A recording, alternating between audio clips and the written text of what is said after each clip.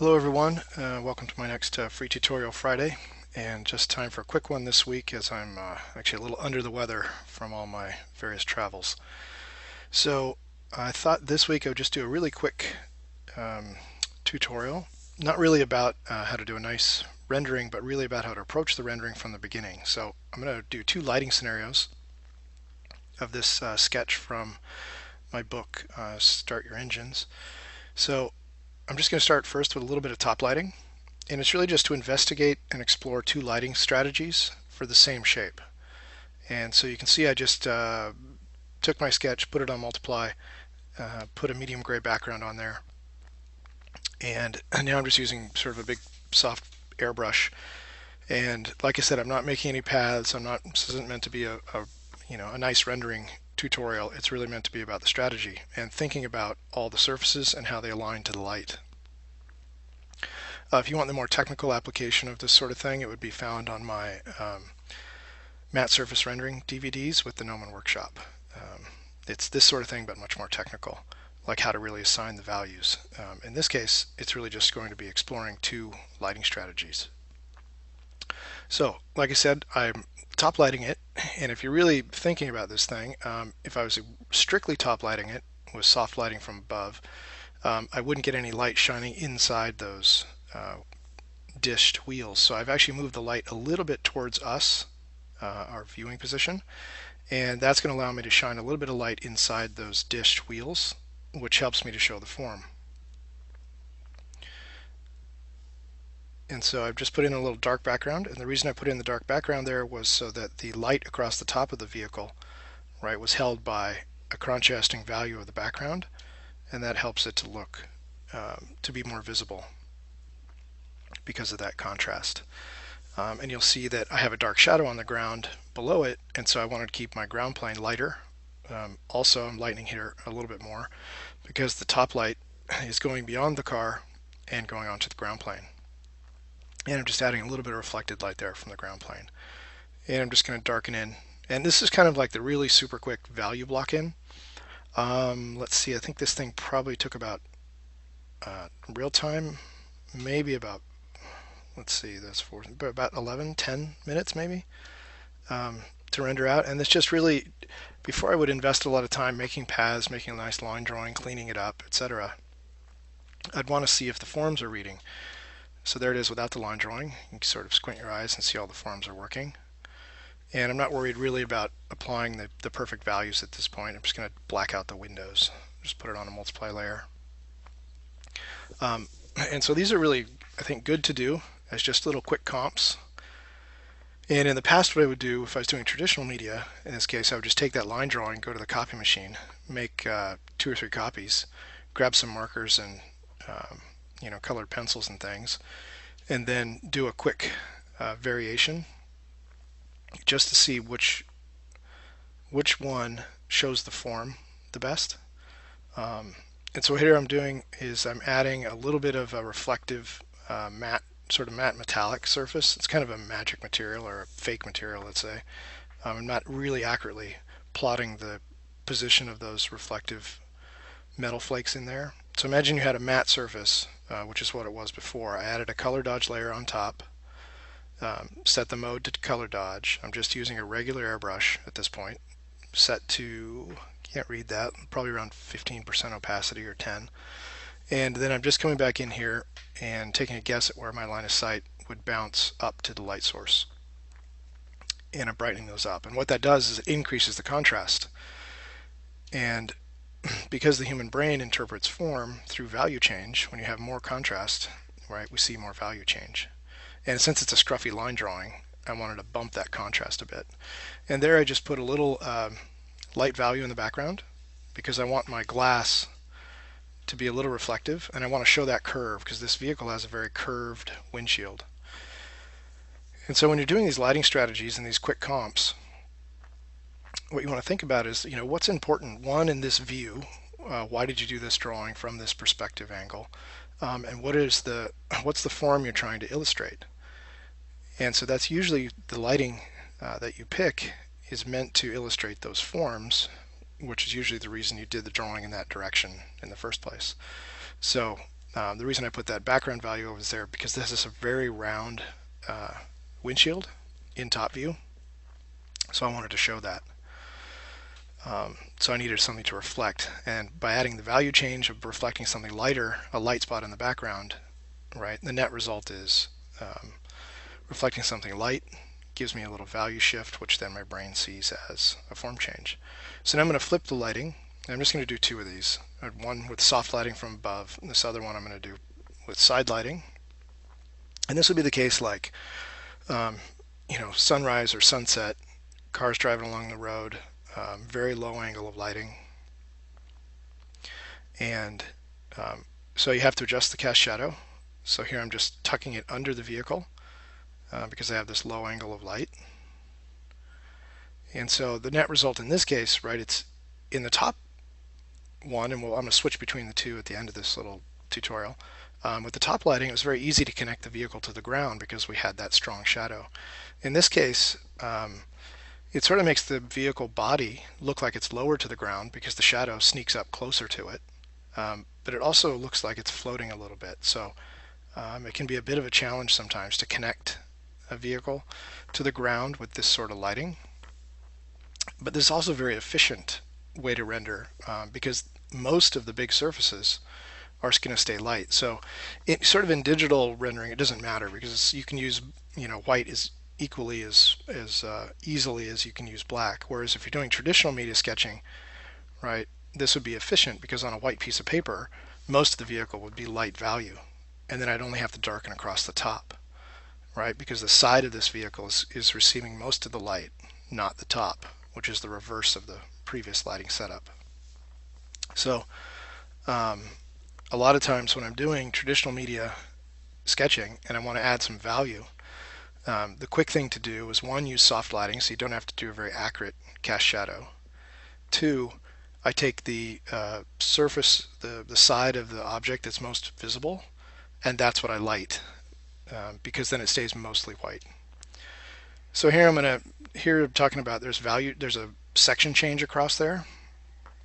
That little flat around the fender lip there and the side body are about equal. So that means the values should be equal, meaning the sections are similar. And if I was going to do a tighter rendering, this is a way that I like to work. I like to do a quick block out where I just get all the values working. I can see all the forms, but the value application is not very sophisticated. And so I would just grab, in this case, to do a paint over, I'm grabbing like a big elliptical hard edge brush. And you can see now by doing subtle value changes, and I just put a little bone line there, a little crease coming out of that triangle window shape. Not that you could really actually have that happen, but just to show and demonstrate how subtle you can be with value changes and how well your brain will interpret those as a form change on the object. And so I'm just having an airbrush here, and this is the way I would paint back over the top if I was going to clean it up. If I was going to go really tight, I'd probably make a bunch of paths, set up my layers.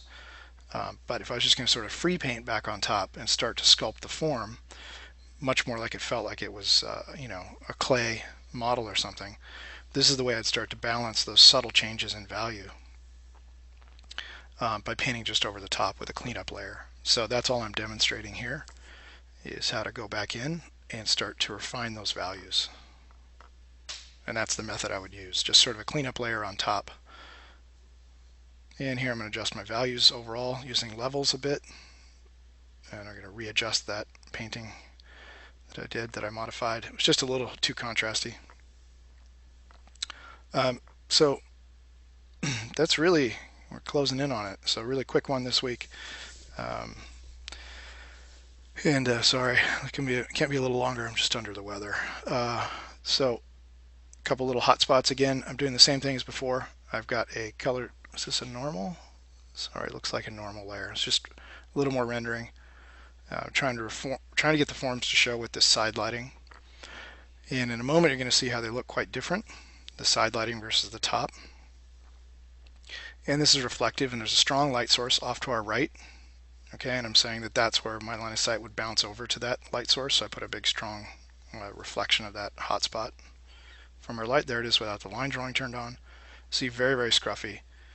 Not meant to be a super tight rendering this week, just really quick comps to explore lighting strategies and see which way does the vehicle, in this case, it could be any object, right? But which way does it look better? And does it illustrate the forms that I was trying to communicate with the line drawing? And here I'm just going to quick paint out that shadow that was from my line drawing. When I do my line drawings, I almost always default to top lighting because it helps shows the top view of the object on ground plane, and I'm not going to worry about casting the shadow properly off into the distance. In this case, just let it fade.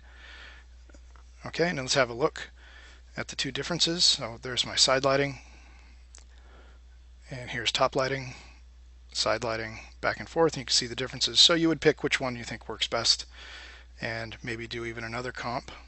And that's a way that I like to start and explore lighting strategies before I commit to doing a big rendering. So I hope you find that helpful. What I'm doing is I am going to pull a page out of Liftoff, and this is a page of my lefty sketches, and I'm a righty, so that's why all my vehicles in this case are pointing the other direction. And what I want to do is just talk about indicating form with value. So I'm just going to take a quick copy of this one, open a new file, paste it, take this guy, close it, and go here. And of course, now that I'm painting with my right hand, I've got to flip this because all my vehicles always go to the left when I'm painting or drawing with my right hand. And let's check the image size. Quite small, but that's probably, let's make it 2500. That's good enough for this one. So what I want to talk about this week, I thought it would be fun to just recap a few of the basics. I got quite a few questions about rendering and showing form and things like that. So let's just put a layer here. Let's put this on multiply. Since I'm also pressed for time this week, I'm not going to pre-record and then edit and speed things up and then lay down audio. Just do both at the same time. So this is going to be real time. So let's get to it. I'm just going to fill a medium gray background. So the way your brain interprets form, if you've seen my Gnomon DVDs on matte surface rendering, it's going to be a little bit of that same sort of talk because the fundamentals and the physics just don't change. But if you want to know more about it, that's a good spot to check it out. But what happens is our brain interprets form through value change and not through color change. So if I want to start to show form across this surface, let's put a layer underneath it. Actually, maybe if I can go super fast, see if it looks like it's sealed up all the way around, maybe I can just pull that off of the background. Keep in mind it's set to multiply, that's why you're seeing that, right? That's why it selects this weird edge out here. I'm going to just do that and delete it, which I've done. Here, you know, we'll just go back on that one and let's just make it normal so you can see the white. Okay, let's go here, normal, and now just quick magic wand just for a quick gross, you know, selection, and that's been deleted. So now I've got that, and now I'm going to take this, you know what, sorry, going back even further. Here's another thing. If you have a nice line drawing, it's nice to make a copy of it, and then when you start painting with the value, you can always turn this guy on multiply and leave it across the top. So I'm going to just duplicate my line drawing before I do this step and delete out the background. And now I can take this and adjust levels, and I can darken it down. Okay, and so I like to go like a middle value just to get started. This is not going to get super technical. This is really just like the classic illustration techniques that make things go bump, basically. So your brain interprets form change through value change. So the simple thing to remember is whenever you want to create a form change, induce a value change. So I mean, just put a gradation on there, and then the surface will go bump. So if you see, I've set up my background here, and I've gone dark at the top and then light at the bottom. And the reason for that is that I plan to just do simple top lighting on this little spaceship guy here. And so that's going to give me sort of lighter values across the top and darker across the bottom. So I did the background in the reverse. So dark across the top and then light across the bottom. And that's so I can still see that silhouette. So it's really the super simple way to do this is just put this silhouette layer on preserve transparency now that I have the silhouette. Okay, and as you do that with this button, just lock it. Then the really quick and dirty way, if you have no time at all, like I do this week, you could just go and grab a color dodging brush. In fact, we could do it on top, or you just leave it all in one layer, is even simpler. And I'm just going to color dodge here to white, and you could just simply go in and start to pull up. That's a little bit fast. Color dodging works really quickly. Okay, you could just go back and start to pull up any surface where the light's landing on it. And I don't know what's happening down through here, but now it's our time to make that stuff up. So maybe I'll think this thing sticks out a bit. And it's kind of nice, just is the side view, but you can really start to show the form. So if it's a matte surface, wherever the light's hitting perpendicular to the surface is the brightest. Wherever it's tangent to the surface, of course, we get a core shadow with a terminator, right? It's also known as a terminator, where we put the core shadow. And you basically just start to make stuff go bump, all right, like I said before. So that's what I'm doing, and I'm just color dodging. That's maybe got a little bit too strong there, but that's all right. And you can start to see how our brain starts to see form. Maybe I'll make that little bone line stick out there. Okay, so this is a really fast, simple way to do it. The flip side of that is you could do a, you could burn it in here, as opposed, that's a reverse of color dodging, or you could just throw a layer on top, which gives you more control. Okay, when you pass over the division line, hold down the Alt or Option key, and you'll get a clipping path layer. And we can put that on multiply, and just to darken down what's already there. Then we can grab a airbrush, grab some darker value, and we can start to darken.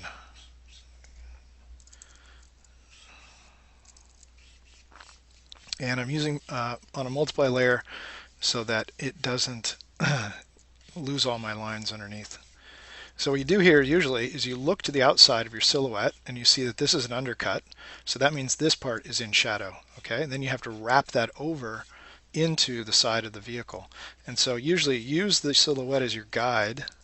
This is probably kind of vertical through here. This is way in shadow back there. So let's just drop that in. Okay, and then right through here, I'm going to say the light's probably tangent right up here at the top, because that looks like it's leaning under a little bit. It could be leaning out. We don't know. It's side view, so you can sort of do whatever you want with the value and experiment. And then maybe I'll tuck that back under there. Okay, and I'm going to put a little core shadow through here. Leave a little reflected light. You can always come back. Well, it's a multiply layer, so it won't matter if you grab that background and start painting over. It's only going to get darker because it's a multiply layer. So really just laying in my darkest darks at this point. And then we come back and paint between the two values and start to smooth it out with as much time as you have available. All right, and you might say, well, it's a little bit strong. The nice thing is it's on a separate layer, so just knock it back a bit. Okay, and then I usually throw a cleanup layer on top, still going to match my silhouette, and then you just go in and start to do cleanup. In this case, I'll start with the darkest darks again and push these holes in here. Push that darker. Maybe these are some vents of some sort through here. Let's see, what do I want to do? Do I want to put, let's just do, let's take this and let's make it glass. So let's just grab that. Command Shift J, which is Command Shift new layer via cut. And there's my, let's see, whoops. Hold the phone. Somebody was on the wrong layer. Command Shift J. Put that on top, and I've lost my layer organization, so just realign your clipping masks, and there is my canopy. So what I'm going to do is probably just put this on multiply for now, and that it's also, then we see through to the color and value. Well, there's no color here, but the value of the background, should there be any stripes or details or something, you could see back to that. And I'm going to go here and I'm going to paint. Let's see, turn off preserve transparency, and I'm going to paint an interior. So let me just quick rough in an interior. And let's see, this is a nice time to show some scale. So that's my guy, there's his seat. And he's got some breathing apparatus on. And there's a little dashboard, IP, some instruments, and there we go. That's my guy. And I'm going to go to this layer and add a little bit of glare, a little clipping path layer over the top. And let's go here. Actually, this guy's set to multiply. That probably is not going to work. And the reason I say that is that if I want to go lighter over the top and it's going on top of the multiply layer, I don't think that works. So let's just put it here. And let's see, how should I build that? Multiply layer, which I like for the tinting. And let's just go ahead and paint a little bit of reflection on that. Softer airbrush, something lighter. And we're just going to reflect a little bit of the bright sun above in this case. Just a little specular highlight, which is basically just a bit of glare. So something like that. Let's make that brighter. Alright, so just a little reflection of the sun above. And all I'm going to do to clean that up is just erase it back to my silhouette. Or you could hold down, Command, and click, and you can get the selection of our silhouette of the glass. And then you can go here, Command Shift I, and delete, and that will clean up everything outside of that I overpainted. And that's just enough to give me a little, for doing a really, really loose quick sketch, that's enough to see that, oh, that thing's shiny, I can see through it because I see the interior, see the guy, and that's all you really need for a super quick sketch. And now it's kind of refinement time. Let's see, we could probably add a little bit of reflected light to the bottom. So I'm going to collapse all these into my base layer here. Turn back on preserve transparency. And now I'm just going to start free painting on top of it with a little bit of the reflected light. So I'm just picking the value below and bringing that into any of the surfaces that are oriented, normal to the ground plane that has a bit of lighter value. So maybe this curves back towards that plane. And now you can see I'm losing my line drawing because I'm just painting with an airbrush right over the top. Okay, so, and it could be even brighter out of frame, so we could really push that if you wanted to. Let's see, maybe I get a little bit up through this plane here.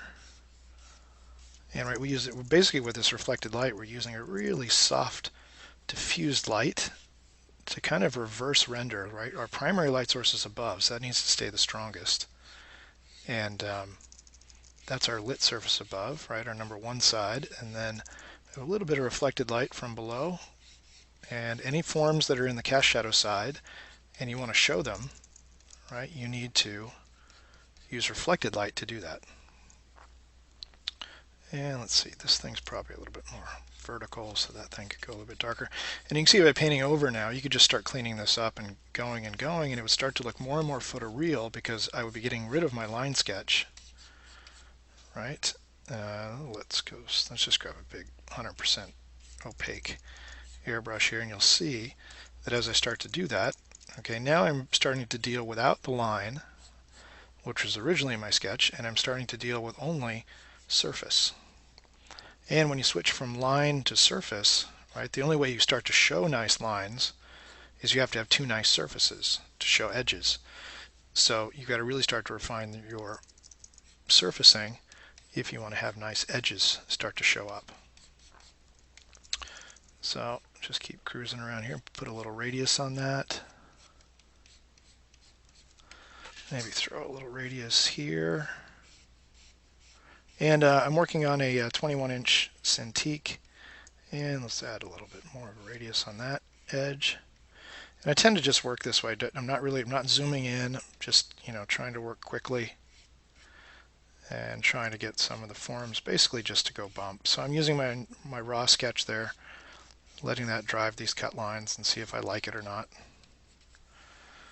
And then come in and clean up areas like this. So maybe this blends up into the window plane, so it's got to have a little bit of a vertical transition which means if I want to see a form change through there, right, from this more horizontal plane up into this more vertical plane, I should show a value change.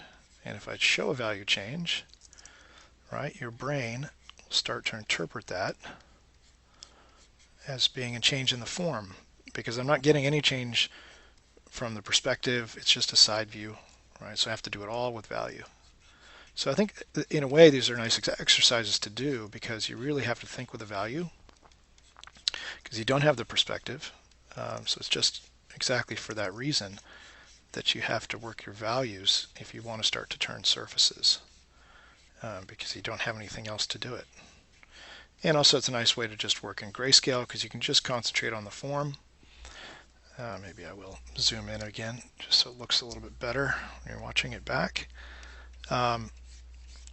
In this case, I'm just using a simple airbrush. Of course you could use a much more textured brush and get a different look, something a bit more illustrative, like if I was using, let's see, here's a brush. Let's see what this one does. Alrighty. Okay, this brush has got, actually, see, it's basically just a line, and by stroking over it there, you can start to do, not really contour lines, again, because they're side view, but you just add more texture to the surface. Another one, I could use Danny Gardner's brush here, and I could paint over this guy, and you see get a little bit of texture.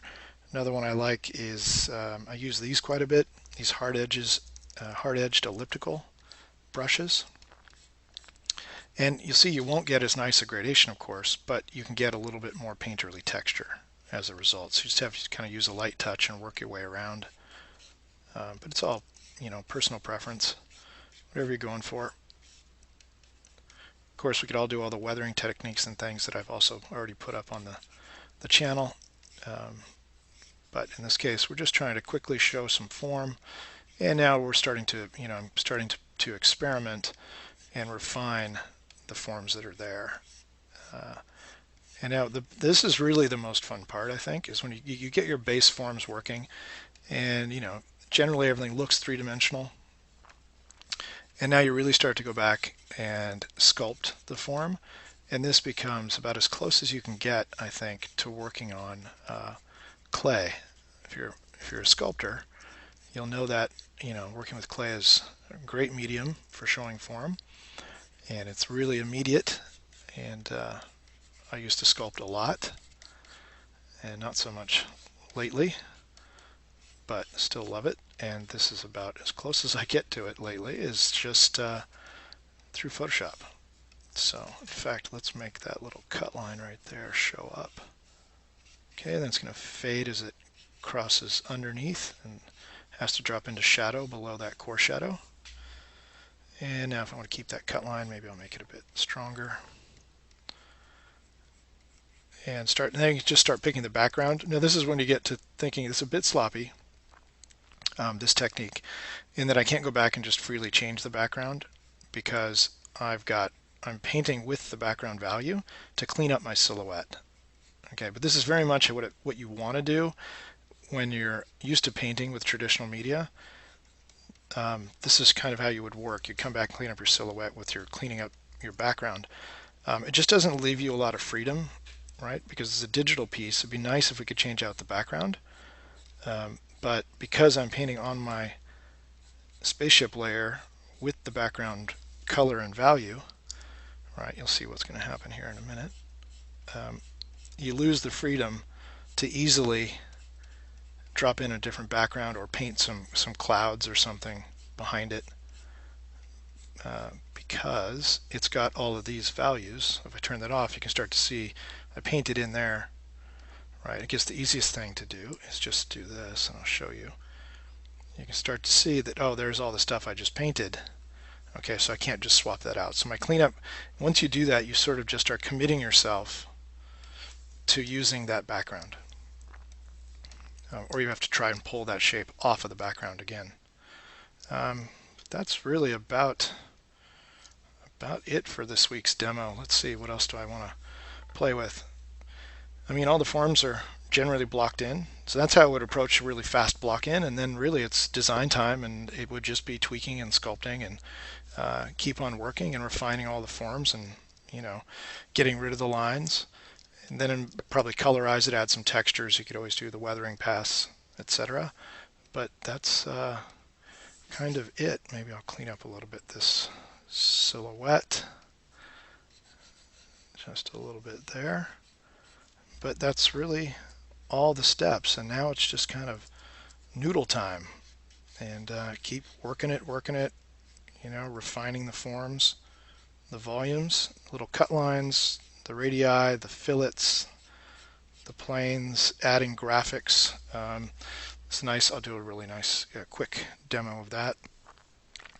Let's say that now I really want to see the value graphics of this. I'd like that plane, that little loop right through there, and maybe I want to see this element right here. Those are different material. So I do Command Shift J, new layer via copy, and then I'm just going to do a levels adjustment, and let's just darken those down just a really quick darken down, like they were maybe painted like a matte black rubber or something. And then you would just go back and whoops, sorry, where is that coming from? Oh, I know why, because I did Command Shift J, sorry. That was a Command Shift J is a via cut, and I didn't want to cut those. I wanted to do, there we go. So Command J is copy. Sorry, I did Command Shift J, which would cut them, and that's when I started erasing. You saw the background value. Okay, there we go. Now we'll do Command L, and we'll darken those down like so, and then we will go back, or I will go back and erase that little silhouette.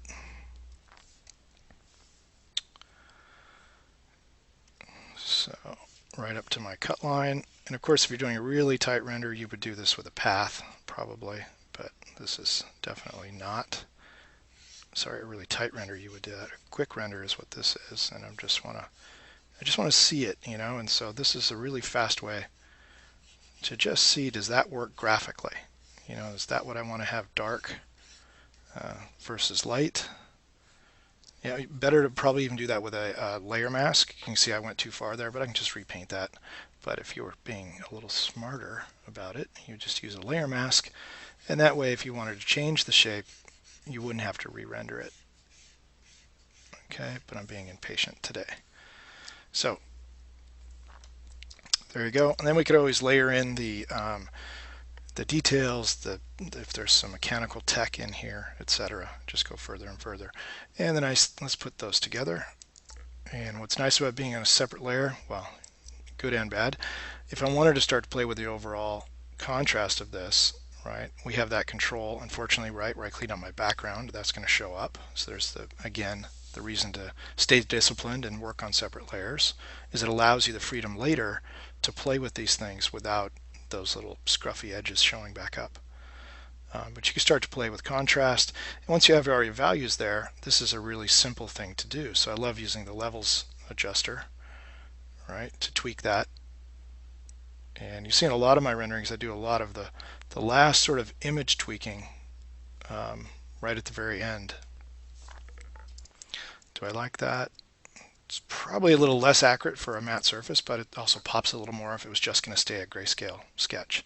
Unfortunately, again, it shows up my background, so I'm going to not do that. Not that this needs to be that finished. Anyway, that I think is going to have to do it for this week. Again, I apologize. Swamped this week trying to get out of town. I'm doing a little speaking engagement tomorrow night at UC State Long Beach. That's where I am tomorrow night, and then on a plane Friday heading to Shanghai, and I think I'll be visiting Tongji University. I think it might be open to the public, so if you're all the way in China, I know you can't listen to this YouTube, but anyway, hope to see people there. So anybody, oh, you can tell I'm tired this week. Everybody have a great week, and I will be back to posting a free tutorial Friday, the first week of April. So everybody be well. Bye bye.